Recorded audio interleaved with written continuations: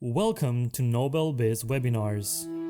In this series, we talk to industry leaders and learn insightful information that will help your contact center business.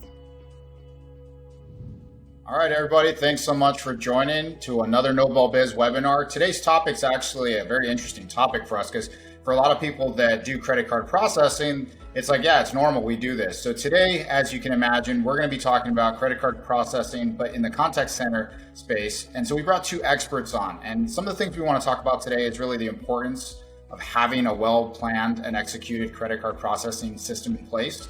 Maybe some of the common mistakes and best practices that are out there. And some of them are actually pretty interesting and surprising that people overlook. And then ultimately, of course, we talk about a little bit of compliance because that is very important when you're going and taking people's information.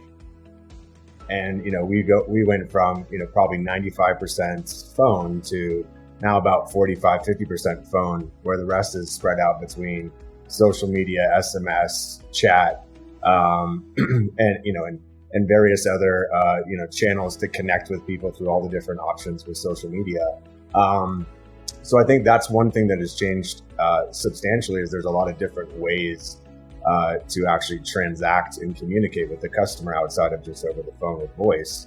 And then in addition to that, there's a lot of additional features on top of the payment processing side of things as far as fraud filters and different, kind of apps that our customers or, different customers that are processing payment can add to help improve the performance of their overall, transactions as far as success rates, as far as reducing any kind of fraud that might be out there, or maybe customers that are known for doing chargebacks.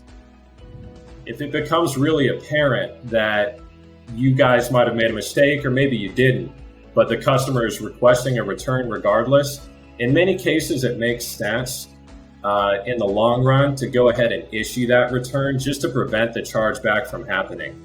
Because if you have a certain number of chargebacks, if you go beyond a certain chargeback threshold, at that point your merchant account itself can become jeopardized, right? And the card brands could potentially shut off your ability to continue accepting cards. So just as a best practice, it's usually a good idea to go ahead and issue the return, prevent the chargeback from happening, and keep your merchant account in good standing, even if you do take a small loss on issuing that return.